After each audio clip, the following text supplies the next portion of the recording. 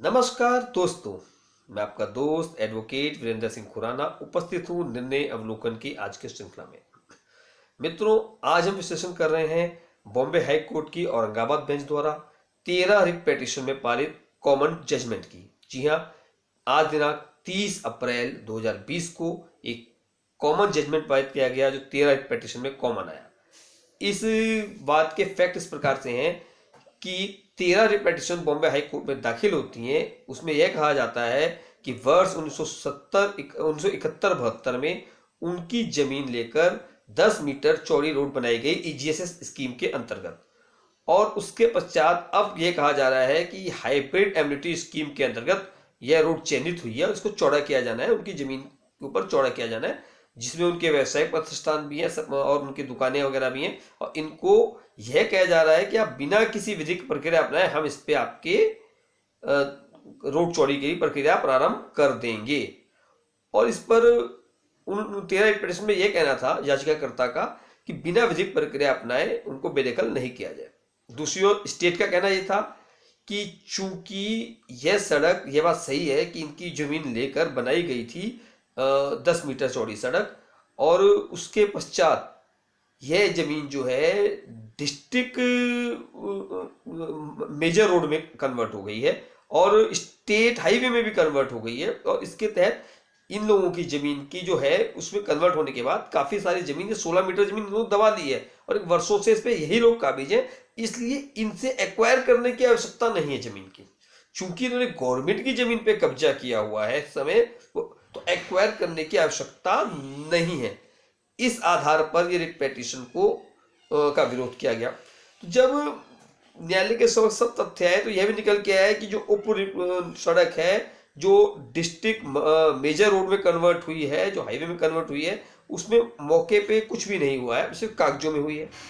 अब न्यायालय ने यह माना कि हालांकि राइट टू प्रॉपर्टी, न्यायालय का right to property is an inviolable right, हालांकि right to property fundamental right नहीं है, लेकिन संविधान की अनुच्छेद 300 का में इसको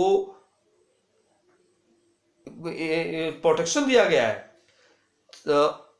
जो भाग 12 के अध्याय 4 में संपत्ति का जो अधिकार दिया गया संविधान में क्या है, तो जो देखते हैं अनुच्छेद 300 का क्या है। अनुच्छेद 300 का विधि के प्राधिकार के बिना व्यक्तियों को संपत्ति से वंचित ना किया जाना, किसी व्यक्ति को उसकी संपत्ति से विधि के प्राधिकार से ही वंचित किया जाएगा, अन्यथा नहीं।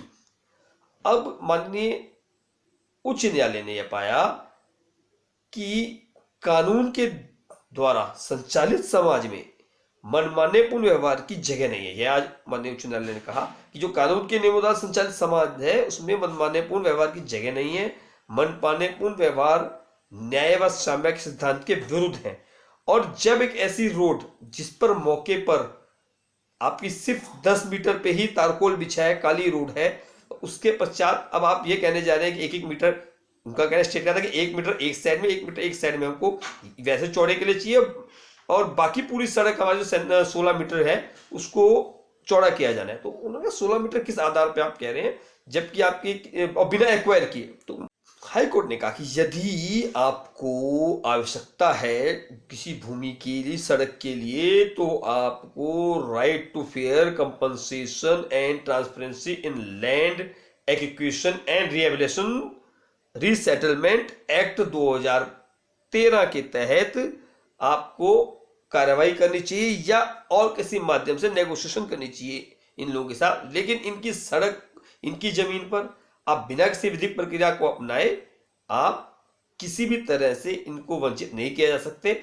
हालांकि हाईकोर्ट ने 1-1 मीटर को बढ़ाने की अनुमति दे दी। जो सड़क से कच्चा भाग था, काले बाग के साथ जो कच्चा भाग 1-1 मीटर का था, उस पर हाईकोर्ट ने 1-1 मीटर बढ़ाने के लिए अनुमति दे दी स्टेट को। लेकिन उसके अलावा जिस भूमि पे है उस भूमि के लिए हाईकोर्ट ने मना कर दिया, यह कहकर कि कानून के नियमों द्वारा संचालित समाज में मनमानेपूर्ण व्यवहार की जगह नहीं है। यह निर्णय में कई जगह पे काम आने वाला है। कई जगह पे जब हम स्टेट के विरुद्ध मुकदमा लड़ते हैं या वैसे भी बहुत काम आने वाला है। इसी उम्मीद के साथ हमने निर्णय आपके सामने प्रस्तुत किया। इसका रिट पिटीशन नंबर 4717 है, वर्ष 2019 है, Syed Salim versus state of Maharashtra है।